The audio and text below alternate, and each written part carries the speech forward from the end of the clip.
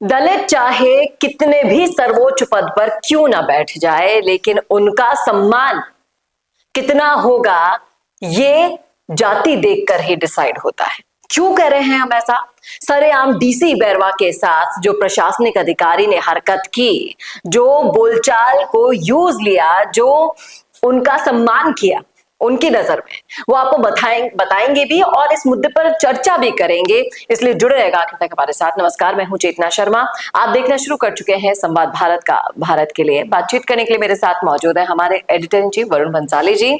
Sir, हम बातचीत में आगे बढ़े, वैसे तो देख ही लिया होगा आपने वीडियो, अगर नहीं देखा है तो पहले आप ये पूरा वीडियो ध्यान से देखिए, सुनिए क्या बातचीत हो रही है, फिर उसके बाद हम चर्चा में आगे बढ़ेंगे।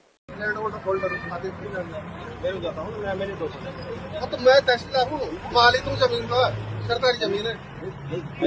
आपने छोड़ने का आदेश क्या है? मैं आदेश मेरे को दिया, मैं खुद मालिक हूँ मेरी जमीन का। आदेश कौन दिया? मेरे को आदेश कौन दिया? मैं मालिक हूँ जमीन का। सरकारी जमीन है ये। सरकारी जमीन है तो पूरे 2 साल सरकारी जमीन है। हाँ, तो आप कोर्ट में चले जाओ। सरकारी जमीन है, मालिक मैं हूँ। आदेश कौन देगा मेरे को? मेरी जमीन का मालिक मैं हूँ। अब एक आप साहब से बात करो। अरे कौन होती है? गलत बात हो जाएगी, गलत बात हो जाएगी, नहीं गलत हो जाएगा। सरकारी जमीन है, सरकारी जमीन है। आप शांति रखो। सरकारी जमीन है, जमीन हमारी का मैं, जमीन हमारी है, लैंड होल्डर मैं। थोड़े से मेरे आधिपत्य का आधिपत्य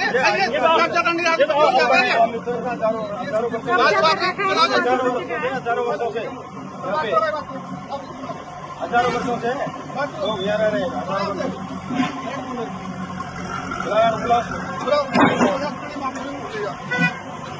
अरे वाह,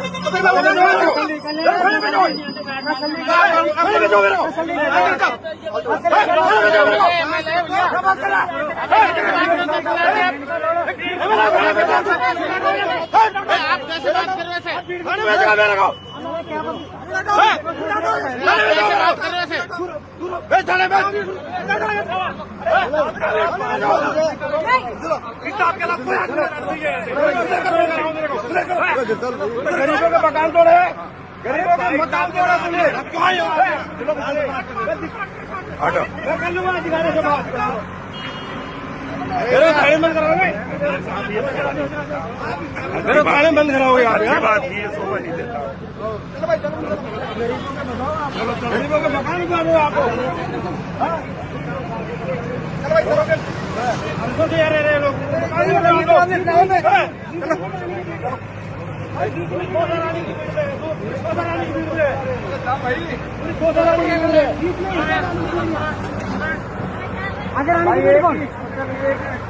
पूरी 200 रानी की भीड़ में 720 बीघा रानी की भीड़।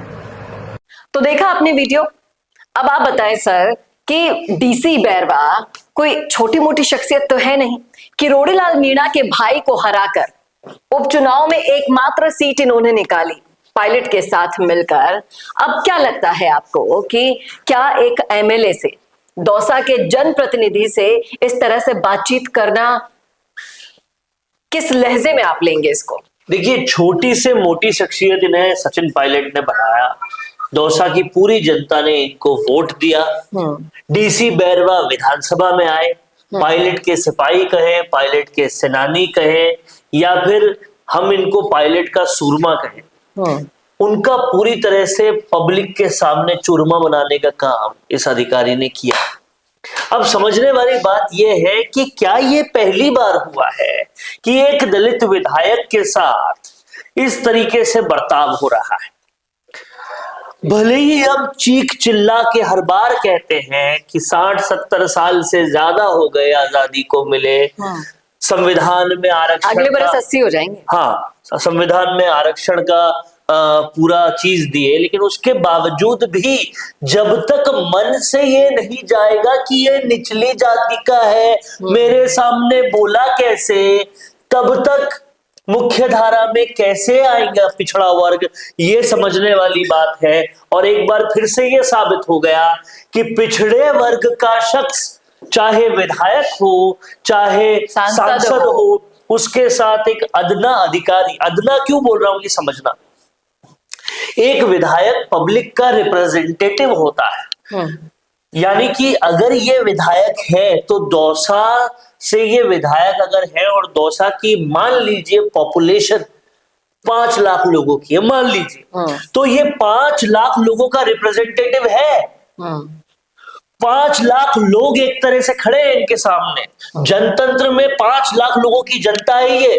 अब इस 5 लाख लोगों की जनता के रिप्रेजेंटेटिव के सामने जिस जनता की मोटी गाड़ी कमाई के टैक्स से इस अधिकारी की सैलरी आ रही है, वो बोल सकता है क्या? समझिए यो कि जनतंत्र यानी जनता का तंत्र, उसकी मालिक जनता हुई। ये उस जनता के 5 लाख जनता का रिप्रेजेंटेटिव है अगर ये पब्लिक विधायक है तो। अब उन्हीं जनता के पैसे से सैलरी लेने वाले जनता के सामने ऐसे कैसे बोल सकते हैं?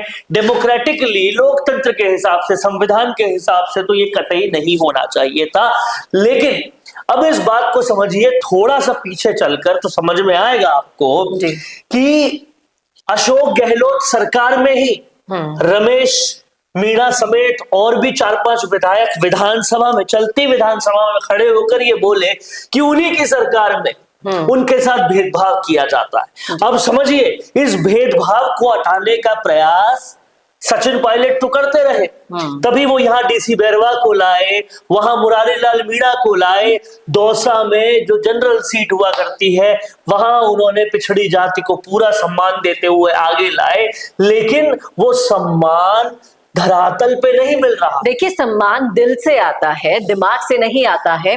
और यहाँ पर आप अगर लोगों की राय भी देखेंगे इस वीडियो के बाद, तो लोगों के भी अलग अलग आपको दिमाग यहाँ पर दिखाई देंगे, सुनाई देंगे। कुछ लोग कह रहे हैं कि हर कोई नरेश नहीं बन सकता, एमएलए बनने के लिए बहुत जिगरा चाहिए होता है, पावर चाहिए। अब ये बात समझिए, अगर इस तरह की हरकतें हो रही है, अगर इस तरह की हरकतें हो रही है, ये ऐसे गाली गलौज कर रहे हैं, तो क्या गलत करता है नरेश मीणा अगर इन लोगों से उसी तरह से डील करता है? तो अगर किसी एसडीएम को थप्पड़ मारी थी तो उससे पहले ये बर्ताव को तो कोई देखे। अब क्यों इनके साथ ऐसा बर्ताव कर रहे हैं? सिर्फ इसलिए कि ये पिछड़ी जाति के हैं। क्या पिछड़ी जाति के हैं तो मानव नहीं है? क्या पिछड़ी जाति के हैं तो इनके अंदर श्वास नहीं है, नाक नहीं है, आंख नहीं है, वो आपके हमारे जैसे इंसान नहीं है? क्या ऐसा है? अनुसूचित जाति वर्ग का चाहे जनप्रतिनिधि हो या फिर ब्यूरोक्रेट, उसको सम्मान कितना देना होता है ये जाति डिसाइड करती है। हम कब बात कर रहे हैं? 80 साल होने वाले हैं संविधान को आए, तब हम ये बातें कर रहे हैं और फिर कहते हैं आरक्षण हटाओ, और फिर यूजीसी का मानसिकता हटाओ, और यूजीसी जैसे बिल इसी वजह से आते। लोग कह रहे हैं कि जिनको बोलने की ही तमीज ना हो, क्या मतलब ऐसे तहसीलदारों का एक विधायक से इस भाषा में अगर बात कर रहा है, तो सोचो किसी गरीब के साथ कैसे बात करता हो। अब आप एक बात को समझिए, आपने सर्वेंट शब्द अगर समझा तो सर्वेंट का मतलब क्या होता है? सर्वेंट का मतलब होता है नौकर। नौकर को अपने मालिक से हमेशा तमीज से बात करनी चाहिए, ये एक बहुत नॉर्मल सी बात है। अब यहां पर नौकर ये जो है ये पब्लिक सर्वेंट है। अगर आपकी सरकारी नौकरी लगती है तो आप पब्लिक के सर्वेंट होते हो और ये पब्लिक का रिप्रेजेंटेटिव है, यानी कि आप पब्लिक सर्वेंट होते हुए पब्लिक से, पब्लिक का रिप्रेजेंटेटिव पब्लिक ही है, इस लहजे से अगर बात कर रहे हैं तो आपका अपने मालिक के प्रति ये व्यवहार है। अब ये व्यवहार अगर किसी का है तो क्या मैं उसको अगड़ा कहूंगा?